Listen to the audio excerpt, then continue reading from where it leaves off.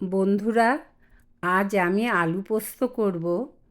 আলুর মধ্যে অন্য কোনো সবজি দেব না। মেয়ে জামাই বলেছে একটু ঝাল ঝাল পোস্ত করতে, নিরামিষ। ওরা পেঁয়াজ দিয়েও খায়, নিরামিষও খায়, সবজি দিয়েও পোস্ত করে। আমাকে আলু পোস্ত করতে বলেছে, ওই জন্য একটু লঙ্কাটা বেশি দিচ্ছি, ঝাল ঝাল করতে বলেছে।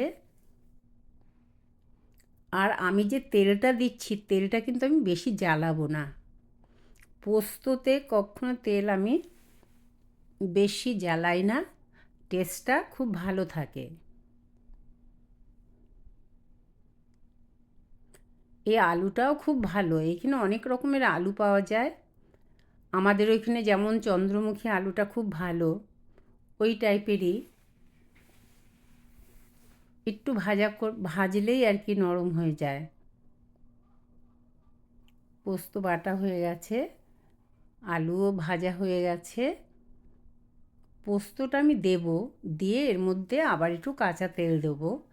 অনেকে নামানোর আগে কাঁচা তেল দেয়, আমি সেটা দেব না। নুন ঝাল আপনাদের স্বাদ মতন দেবেন।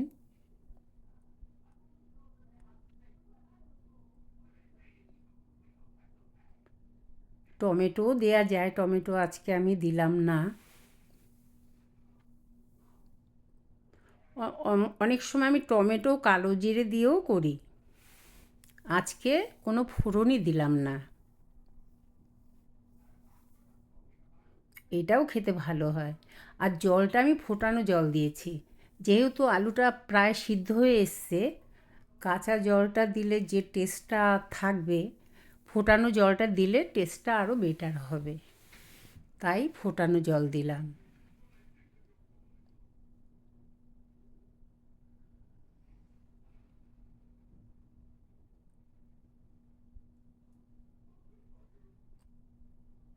একটু ঢেকে রাখবো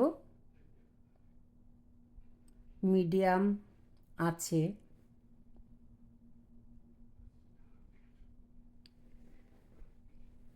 হয়ে এসছে।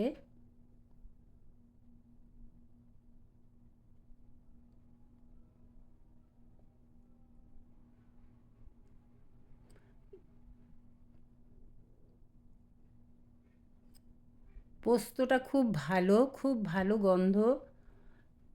আমাদের ইন্ডিয়ায় যেমন জেকে পোস্ত, তার থেকেও মনে হচ্ছে এটা বেশি বেটার।